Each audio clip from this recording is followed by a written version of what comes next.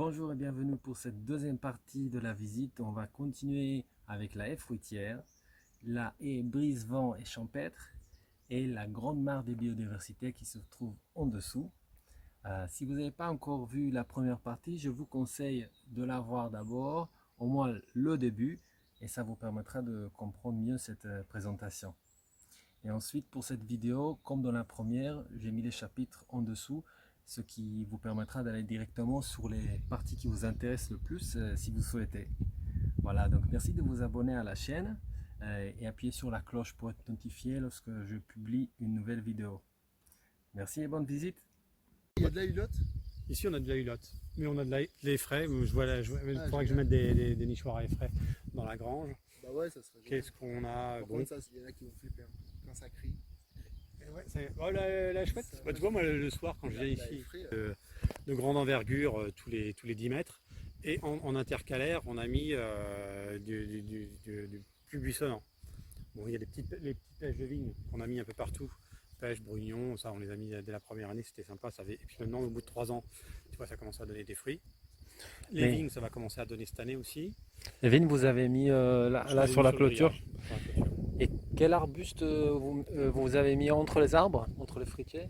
Et ben donc on a pareil essayé de varier au maximum. Et donc bon, il y a quelques noisetiers. On a mis quelques fêtes Joa aussi. Parce que ça a l'air de bien venir dans la région. Donc là c'est sympa, il y a des variétés à gros fruits. Et puis j'ai essayé de mettre un peu de tout. Qu'est-ce qu'il y a de beau? Bon, il y a des abricotiers. Là on est un peu bien exposé pour les abricots. On les a mis plutôt au nord pour qu'ils fleurissent un peu plus tard. Feijoa, des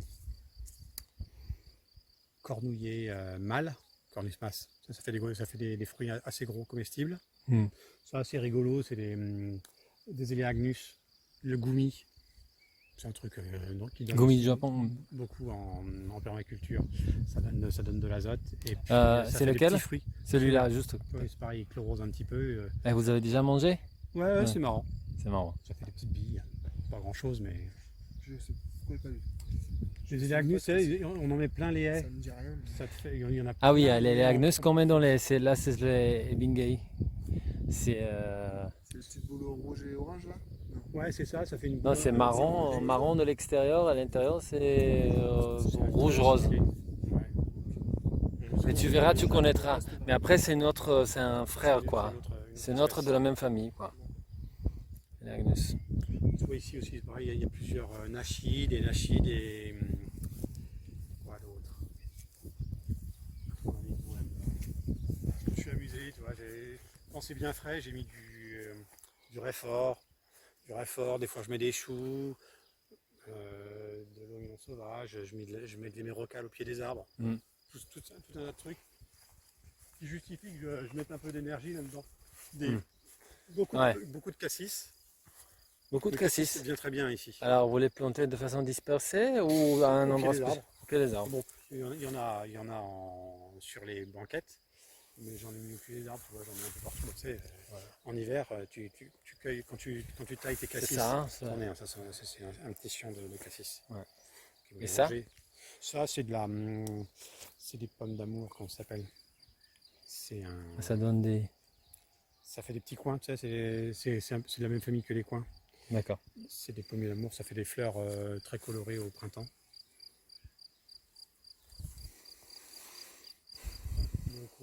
Donc à terme, à la fin, quand on sera, on va dire adulte, il y aura plus de. Il y aura une zone éclaircie au milieu. Tu vois, il y a quand même un replat, donc on peut aller voir. Ouais. On te laisse. On va descendre, ouais. Ouais, ça marche. Bon allez.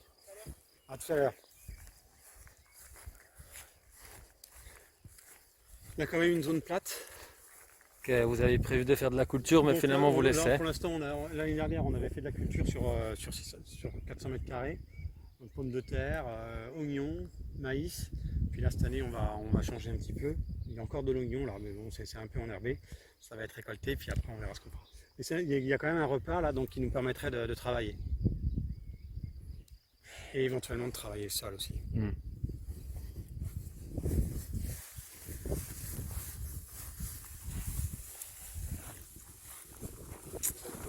Donc quand ils arrivent votre design, ce qu'on a vu, les arbres, est-ce qu'il y aura des espaces entre les arbres quand ils auront leur taille, leur envergure adulte? L'envergure adulte, oui, ça restera, tu vois bien.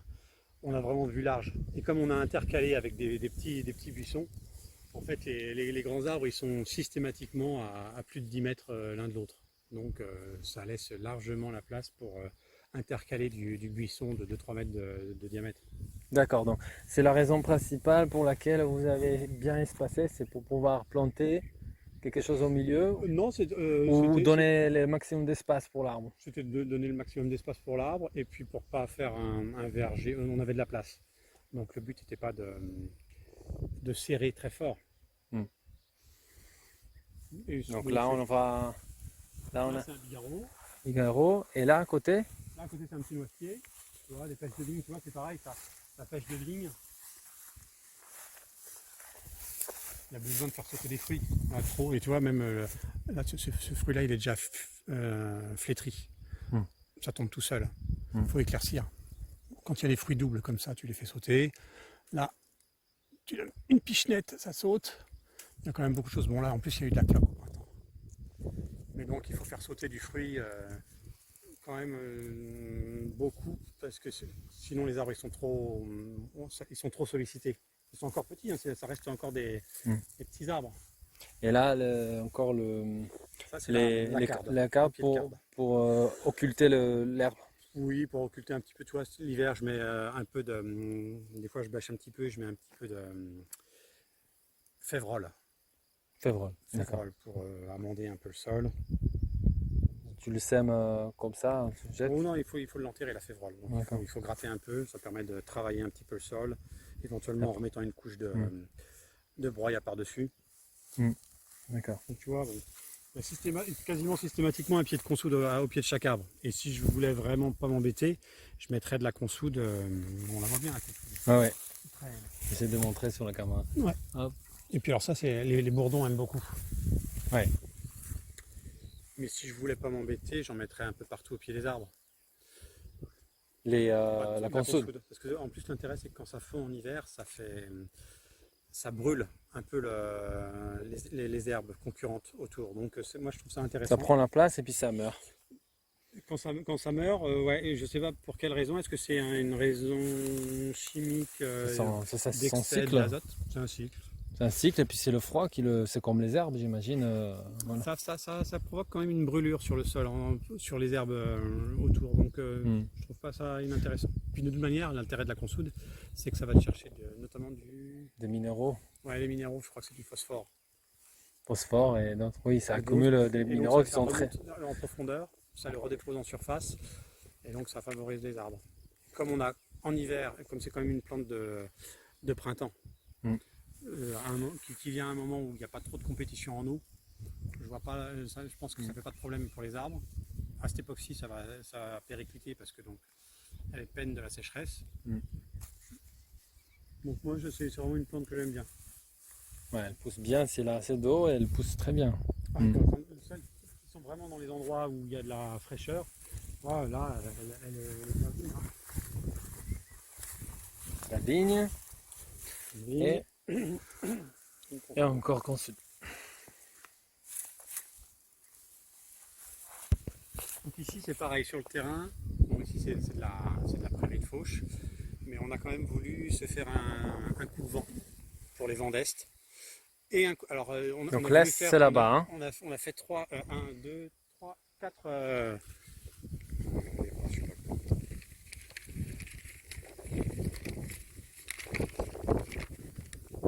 Est-ce qu'on les voit? Non, elles sont pas là. Non, on les voit pas celui-là. On les voit de en haut. On a fait que en arc circonflexe avec le. Je sais pas si tu vois ce que c'est que le A-frame, c'est A-frame, le triangle égyptien. En bois, En bois avec la forme de A. Voilà. Pour voir la courbe de niveau. Et ben donc on les a fait de niveau. de manière en fait à collecter, à freiner la descente des eaux de pluie. Qu'est-ce que vous avez mis en cours de niveau? C'était? Eh ben, donc les quatre sourcils, les quatre arcs de haies. On voulait pas faire une haie continue. D'accord. Et ça nous fait des haies qui sont ouvertes, comme ça on peut circuler dedans avec le tracteur. Et puis ça nous fait un coupe-vent. C'est assez rigolo ici, tu vois, il n'y a pas un gros dénivelé. Et en fait, quand tu es ici le soir, tu sens une coulée d'air froid. Et ça retarde vachement les pêchers. Hmm. Donc c'était aussi pour générer ça et un micro-environnement. Donc la haie, elle est tout en haut. Non, ce non, qu'on non, voit. elle est juste là. Ah, voilà, Pour l'instant, d'accord, j'avais pas repéré. Elle est vraiment enterrée dans Comme la l'herbe cache, j'avais pas vu, juste là. Le pêcher il est en bout. Il y a Donc des... vous avez dérimé la cour de niveau avec le A-frame et puis C'est planté tout au long là. Là. Ça aussi? Ouais, Ça fait partie. Donc il y a du noisetier, il y a du troène.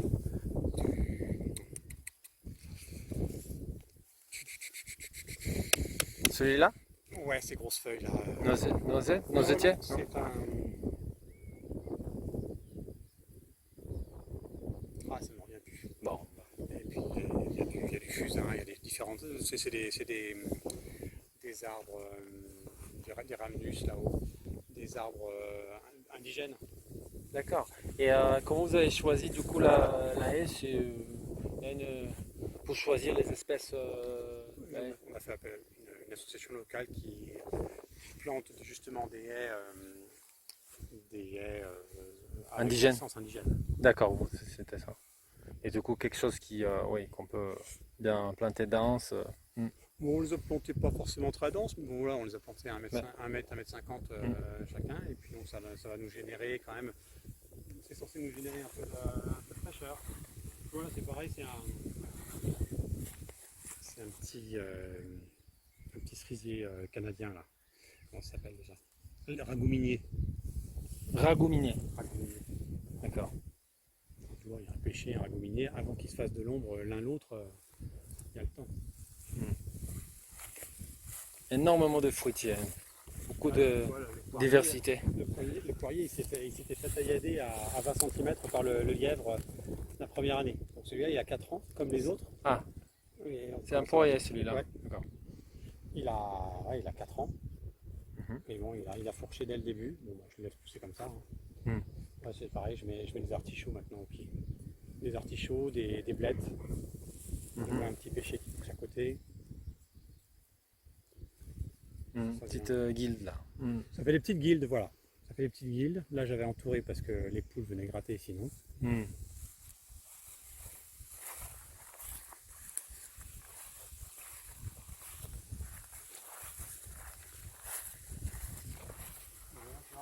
C'est quand même un charbon, plein d'orchis.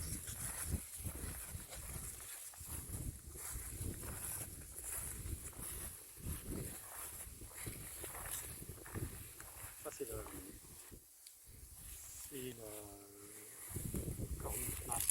le cornouiller mâle qui fait des petits fruits. Le plus gros là. Là, le buisson qu'elle a. Ouais. À côté c'est une sauge sclarée.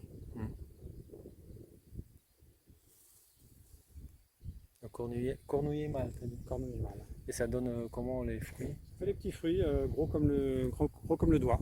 D'accord. Rouges. Qui sont comestibles. Et c'est bon? Ça se mange. Ça se mange. C'est acidulé. C'est acidulé. Peut-être plus que confiture. À mon avis, quand tu fasses de la confiture, il en faut beaucoup. Ah oui.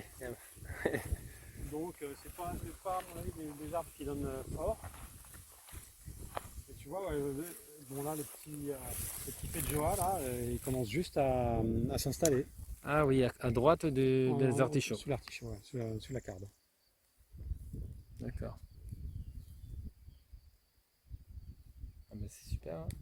Là tu vois, bon, tout ça c'est vraiment très enherbé là. Il y a la parcelle d'oignons qui est là-haut. En haut c'est les terrasses qu'on voit. Qu'est-ce qui est vert juste là? Ça c'est la parcelle d'oignons. C'est Oignon. D'accord. C'est vert de... Et puis il y a une bande de topinambour qui ressort à cet endroit-là. D'accord. Et au-dessus? Et au-dessus, il y a les terrasses avec les petits fruits. Groseille, cassis. Là, à droite? Oui, à droite de l'herbe. D'accord. hein, Donc entre là-bas. l'herbe tondue et et la haie. Enfin, pour D'accord. l'instant, ça a besoin Ouais. d'un entretien.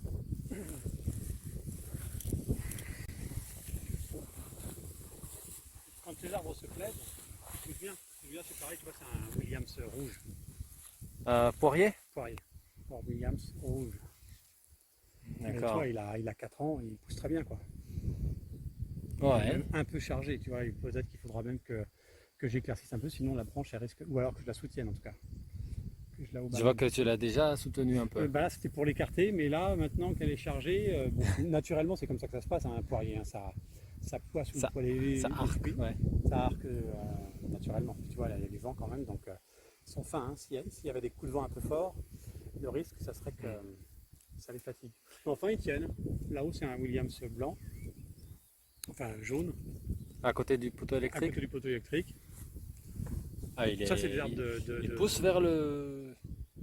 Ah, donc c'est greffé sur franc, c'est ça? Ça, c'est des greffés sur franc, qui sont vraiment très vigoureux. Enfin, tu vois, malgré le fait qu'ils soient greffés sur franc, ils viennent à fruit au bout de 4-5 ans, quoi. Pas des grosses, ça fera pas des grosses productions, et puis t'as pas intérêt à, comme c'est des arbres encore légers, t'as pas intérêt à trop laisser le fruit dessus. Mm. Mais ça fait des petites choses. Là, il y a encore des goumis, Koumi, les c'est lagnus. On voit derrière les blettes, là, il y en a un petit là aussi. la feuille argentée, on va dire. Les feuilles argentées, c'est ça. D'accord. Ok. Donc, oui, non, ça sera C'est étonnant. mignon quand les arbres auront pris de l'envergure, quoi. Et notamment les buissons, parce que pour l'instant, on voit surtout les arbres. Quand les buissons ils seront un peu structurés, ça sera plus sympa. Mais enfin, Ouais. ça demande de cette conception du jardin, de la haie jardinée, Fruitière. fruitière. C'est quand tu veux faire du travail sur des petits fruits au sol, ça devient compliqué à gérer parce que ça demande beaucoup d'entretien. Oui, L'intérêt, c'est de pour faire- faucher. Bah, faut faucher, faut entretenir, faut tourner autour des petits plants. C'est assez compliqué, moi, je trouve. C'est un intérêt si tu jardines vraiment, à mon avis. Jardiner Oui. vraiment au pied des arbres, c'est intéressant parce que Ouais, mais là on est un peu loin de. On est éloigné et du Ouais. coup c'est difficile de venir à chaque fois dans les entretenir. blettes, c'est intéressant parce qu'en hiver, tu viens les chercher, ça gêne pas. C'est pas compliqué. Et puis Ouais. ça demande pas d'entretien. Ça pousse tout seul en hiver. T'as pas besoin d'arroser, t'as peu besoin d'entretien. Ouais, effectivement c'est dispersé donc. Là, ça fait beaucoup de dispersion. Ça commence à être compliqué à. Ouais. La roquette aussi au pied des arbres. Ah, ce que je trouve intéressant, qu'il n'y a pas d'irrigation quoi. Et c'est toujours. Ah bah là, Ça on est- continue. Bon, tu vois, normalement, ce qu'on avait prévu, c'était de faire une collecte d'eau sur les points hauts. Alors, il y avait la grange. On a 300 mètres de toiture de grange sur lequel on récupère de l'eau pour faire une citerne. On voit pas de la grange là-haut. Sur laquelle on récupère de l'eau pour la sécurité incendie. Mais on pourrait tout à fait se faire une petite réserve d'eau pour irriguer ici aussi. Et puis là, depuis la maison, sur la pente, faire une citerne d'eau et faire de l'irrigation en gravitaire, ça pourrait être envisageable aussi. Vous aurez aussi, oui, vous aurez aussi la fosse écologique, Oui, c'est-à-dire la la phytoépuration. phytoopération. Qui va nous cracher. Beaucoup d'eau. Vous consommez, je crois, 300, à peu près 300 ou plus que 300 mètres cubes par an. C'est ce que j'ai En saison entendu. estivale, on doit cracher 1 mètre cube par jour. Oui, c'est ça. Donc 1 mètre cube, donc, bah, c'est pas grand chose, mais ça te permet de donner un peu d'eau à tes arbres une fois de temps en temps, quoi. Mm. Donc si c'est bien géré, de manière, ne serait-ce que par infiltration, tu vois, tous les arbres qui poussent ici, en fait, bon, ceux qui sont sur le côté ici sont un peu plus au sec. Mais tous ceux qui sont ici, ils n'ont jamais péné de l'eau, il y a de la fraîcheur, l'infiltration est fait là, tout le long, et elle redescend dans la mare. Quand on regarde la forme du terrain, moi j'ai l'impression d'avoir un point là, à peu près à le poteau où il y aurait peut-être plus d'eau, un point clé quoi. Le point clé, en fait, il est surtout sous le chêne. C'est là qu'il y avait le plus de fraîcheur. Ah, D'ailleurs, bah. sous le chêne, ouais, et c'est là qu'on a posé tous les petits fruits. C'est vraiment une zone très fraîche, très humide en hiver, c'est un peu compliqué. Mais très très gras, très lourd. C'est très marqué par la végétation, il y a beaucoup de renoncules. Beaucoup de plantes qui apprécient fortement les terrains engorgés. Mm. Il y a de la ronce. Bon. C'est compliqué à gérer. Mais en tout cas, ouais, il y a de la fraîcheur là. Mais la fraîcheur, elle se trouve ici aussi parce que tu vois, quand on gratte sous Ouais. la paille, on pourrait Ouais. regarder, hein, tu vois vraiment la terre qui est vraiment très très fraîche, très meuble pour l'instant. Et la mare, Et la magnifique. mare, tu vois, la mare, là, elle est déjà en La mare qui a juste de la terre au fond. Voilà. Ah oui, là c'est pas une réserve artificielle. Mm. Enfin, artificielle. Façonnée mais pas étanchéifiée. Donc ici, Donc en dehors, c'est l'argile qui tient ce qui c'est peut. l'argile qui tient, ouais. Le problème c'est que c'est certainement un peu poreux du fait il y a du gravillon. Il y a des nappes de gravillon et donc je pense que c'est un petit peu poreux. Et ce qu'on entend, c'est des grenouilles ou des crapauds? Là ici, là c'est de la grenouille pour l'instant. Le crapaud on en voit dans le jardin, mais bon ça chante pas feu le crapaud. En revanche on a beaucoup de rainettes arboricoles ici. Le soir tu as vraiment l'impression d'un marigot africain. Ça fait un chant très particulier la rainette. Et quand on a quelques dizaines qui chantent, c'est assez rigolo. Et il commence à avoir des plantes aquatiques Ouais, à gauche. c'est en train de se former. Mais donc ils ça, sont maintenant, arrivés tout seuls, hein? Vous n'avez rien planté. Non, il y avait déjà une petite mare avant, donc on a juste creusé Entretenu. et refaçonné. Et donc là, c'est en train de se renherber.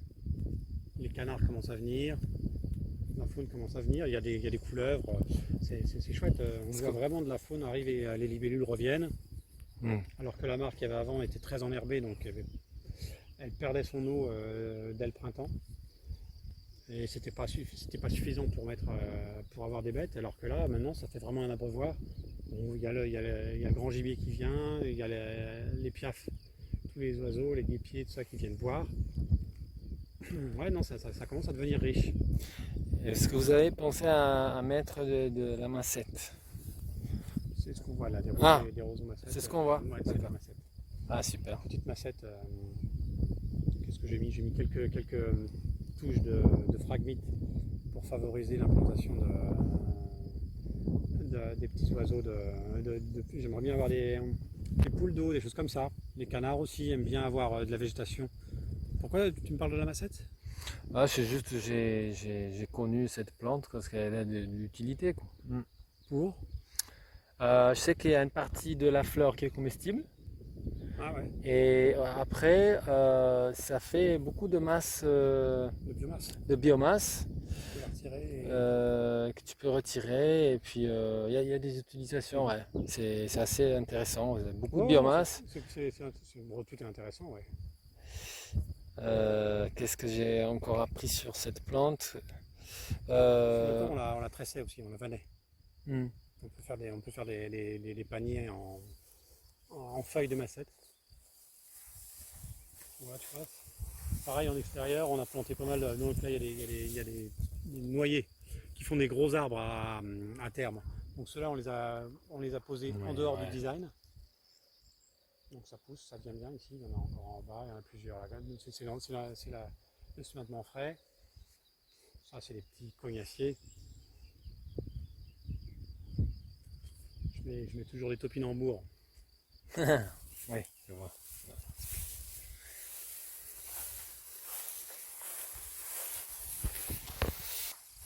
Là, les fèves ont protégé un peu le pommier. Pour l'instant, les chevreuils ne sont pas venus dessus. Ils n'ont pas fait de dégâts dessus. Et j'ai jamais vu des fèves qui montent aussi haut. Elles ont bien poussé là. Elles ont bien poussé. Oui, c'est vrai qu'elles sont particulièrement hautes.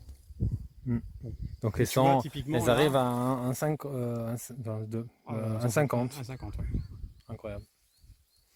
Et tu vois, les topinambours, je les mets aussi au pied des arbres pour protéger un petit peu, pour divertir les chevreuils. Ça, au fur et à mesure. Parce ça que le pousse. chevreuil aime Le pas. chevreuil, en tout cas, il s'excite dessus. Je préfère le voir s'exciter là-dessus que sur les branches des arbres. Ah, d'accord. Alors, pour l'instant, celui-là, il ne l'a pas vu. Il ne l'a pas touché. Je ne sais pas pour quelle raison. Mais on va aller voir les autres, tu vas voir. Il a tapé dans les arbres. Ça a fait du mal. Donc, voilà, là, j'étais obligé de le retailler. Et il est venu chercher la branche au-dessus, il a tiré dessus, ça a cassé. Aïe. Et puis il m'a effeuillé tout l'arbre. Malgré le fait, bon là il faudrait que je mette un grillage Dense. plus dense, Mm. un maillage plus fin. Bon, ça évite déjà que le tronc soit complètement frotté. Bon, je laisse pousser les chardons autour et puis maintenant ce que je fais c'est que sur ces arbres que je laisse pousser sur la colline, je laisse pousser les ronces autour. En fait, quand l'arbre est suffisamment haut, qu'il arrive à émerger, je laisse pousser la ronce sur 1 mètre d'épaisseur. Le chevreuil, ça l'empêche d'approcher. Une fois que j'ai mis un bon paillage au sol et que l'arbre vient démarrer, je pense que c'est beaucoup moins gênant d'avoir un roncier au pied. Et après, de toute façon, quand quand le moment arrive, tu peux enlever les ronces. Je peux repasser au près avec le gyrobroyeur. Mais en fait, c'est pour m'éviter que tu vois, quand Ça protège. là où j'ai des pommiers, et il y a 1 mètre de ronces autour, et en fait, le chevreuil enfin même il y a 2 mètres de ronces, ça évite que le chevreuil s'approche. C'est vachement intéressant comme stratégie. Bah, quand tu vas poser des arbres au loin, bon, ça tu peux déjà mettre une protection contre les frottis des bêtes, mais ça suffit pas quoi. Il faudrait faire. En fait, ce que font les gens généralement, c'est qu'ils font des enclos d'1 mètre, voire de 2 mètres par 2 mètres, des carrés, 4 piquets. Ils mettent du grillage comme ça pour empêcher les bêtes d'approcher. Mais ce qui t'oblige à rentrer chaque année pour faire le nettoyage au pied de l'arbre, ça fait aussi beaucoup de travail quoi. Là, il y a une 50aine d'arbres plantés sur la colline. Bon, il n'y a pas que du fruitier, j'ai planté quelques tilleuls, des érables, différentes essences. Donc, je laisse le roncier venir maintenant. Les arbres sont implantés. Je pense que le roncier, les arbres de toute façon, ça va les forcer à aller chercher leur place en profondeur. Le roncier,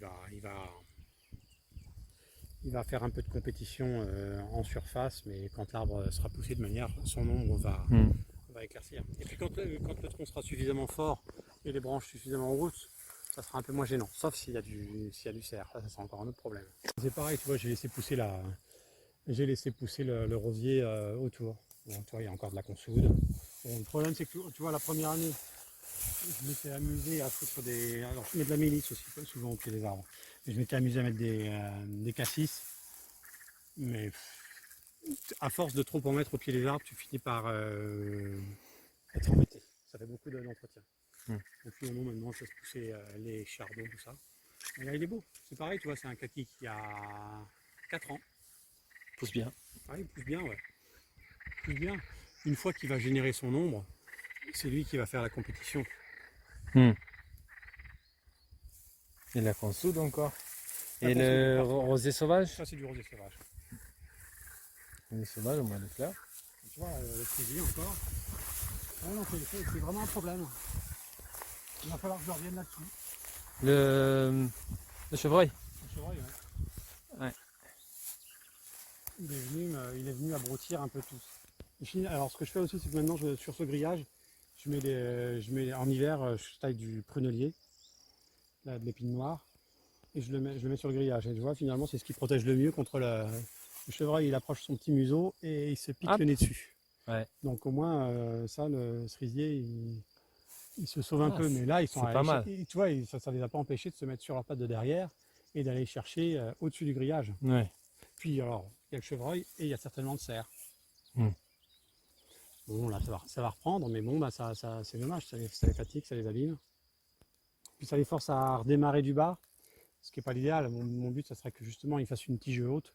Je vais remettre un étage de grillage pour qu'ils partent en tige haute. D'accord. Très très beau. Bon, on va pas aller les voir, mais il y a des arbres des deux côtés du fossé qui sortent de la mare. Juste dans le contrebas. Le principe, c'était qu'on puisse éventuellement aller les irriguer en gravitaire depuis la mare. Et là, tu vois, tant que la mare elle est basse comme ça, c'est compliqué. D'accord. Il n'y a pas de tuyau en dessous pour l'envoyer plus loin. Il y a un trop-plein. Le trop-plein, il se Le trouve. trop-plein, on voit le tuyau là qui sort. C'est juste un, Ah oui. c'est juste un siphon.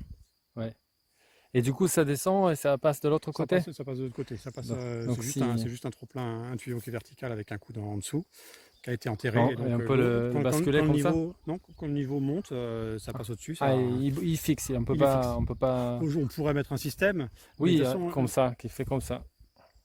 Ah, ça tu pourrais aussi, ouais. Ah bah là, c'est des tuyaux emmanchés, donc si tu veux baisser le niveau artificiellement, on pourrait purger on pourrait virer le. Si je veux purger la mare un jour, il suffit de déboîter le tuyau Qui monte. à la base.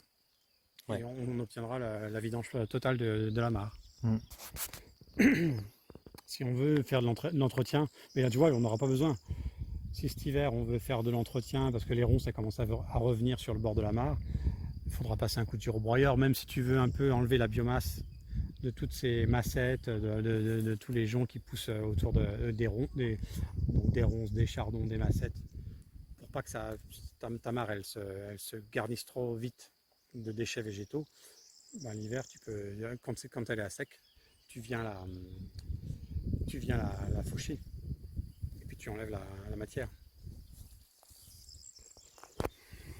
Là, une belle guilde.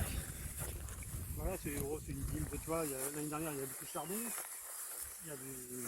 C'est marrant parce que c'est le seul endroit où j'ai vu les chevreuils taper dans les consoudes. D'ordinaire ils tapent pas dedans. Et tu vois là-dessus, Mais c'est sûr que c'est le chevreuil. Oh bah là c'est pas du cochon, hein, non, c'est soit du chevreuil, soit du cerf, mais c'est la première fois que je voyais ça. Et tu vois, bon, là, cette paille là, en dessous le terrain est sec un peu partout et là, en dessous ça garde la fraîcheur quand même très très bien. Ouh, déjà, on n'est pas encore arrivé le sol. Et la terre elle est Hyper humide. elle est belle. Hyper humide. Alors que partout dans la prairie c'est sec, c'est déjà en train de crevasser. Et il a plu quand la dernière fois? En fait, on est en déficit hydrique depuis le mois de mars. Alors, il a dû pleuvoir un coup, il a dû pleuvoir 20 mm il y a un mois. Puis là, tu vois, il y a du fruit. C'est mignon. C'est vraiment marrant comme petite fleur. C'est le kaki? Ça, c'est le kaki, ouais.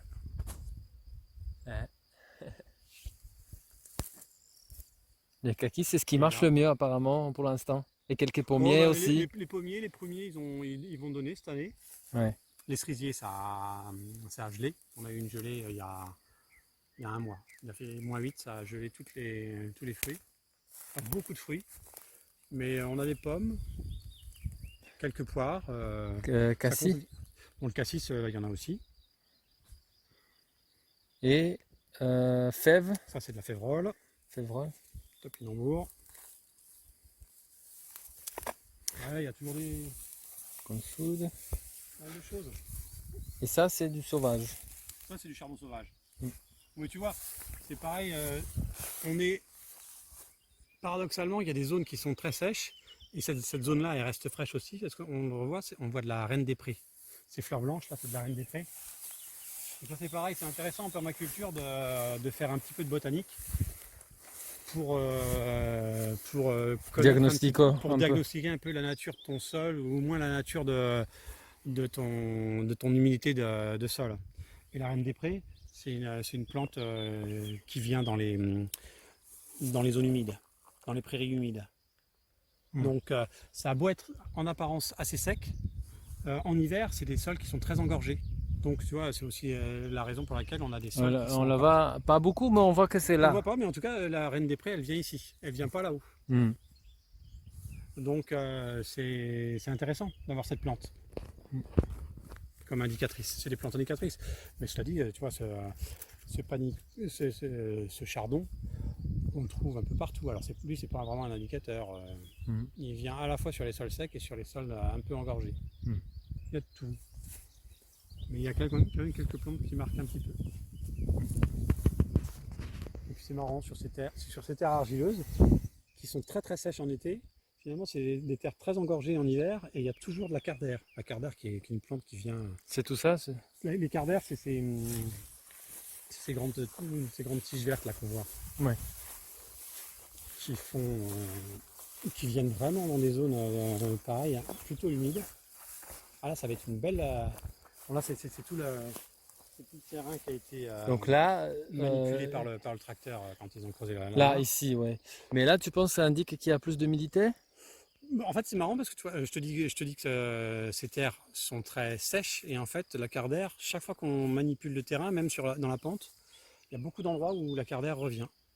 Donc en fait, je pense que c'est ce terrain argileux. C'est suite à la perturbation du sol. Ça a besoin de revoir la lumière. C'est des stocks de semences qui se réexpriment longtemps après. Mais ce qui est marrant, c'est quand même qu'on la voit ressortir un peu partout cette plante. Il a peut-être réparé un peu le sol. Il y a eu des époques où ces terrains étaient vraiment très très très gras, restaient gras vraiment longtemps dans l'année. Mais là ça va être beau, ça va être plein de fleurs, ça va être plein d'abeilles au printemps, c'est très bien.